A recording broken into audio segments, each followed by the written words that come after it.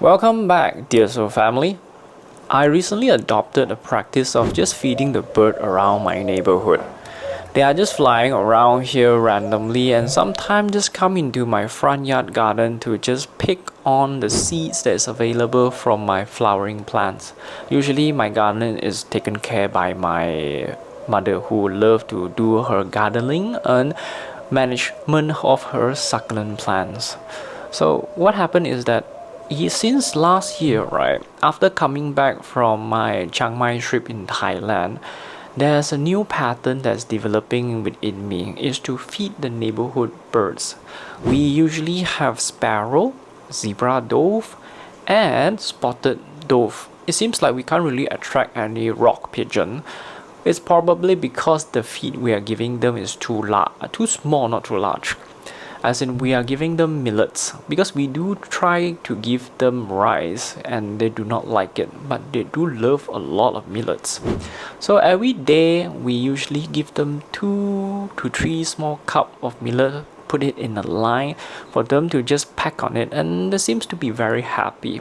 And we are very happy as well seeing them actually eating the millets and having a full stomach, flying around, chirping around, plus the sound of those cooing like coo coo coo is very relaxing to hear, because those are their own social cue, because you can observe them quite nicely almost every time since they become part of your family, your routine and your patterns, right?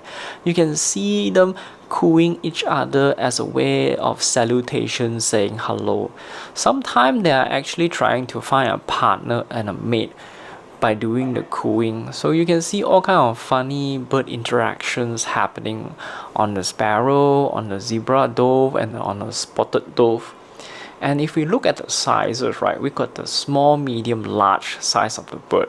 And it's quite entertaining as well as they come. And we actually love the view that we can see from our living room to see all the birds coming through as we try to just put it in a line. Then we just remove our present and physical sight from them, so they will be able to freely come through and just feed on the millets themselves.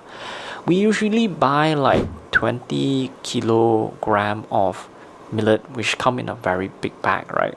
That will usually cost around 100 ringgit or less, sometimes depending on transport fee, more or less around that area. And that amount of 20 kilogram can actually run for 5 to 6 months. So it's very economical, I guess, and it gives you some thing to actually just have your heart melt away with, connecting with the birds and connecting with nature. Sure, sometimes they do create a mess, as in there's a lot of poop around sometimes, right? And since the millets are not unshelled, and you can actually see them flying around, so we do need to sweep and clean up after them. It's part of the fun, I guess, if you want birds around your yards and come to find you and just say hello in the morning. They are very sentient as well.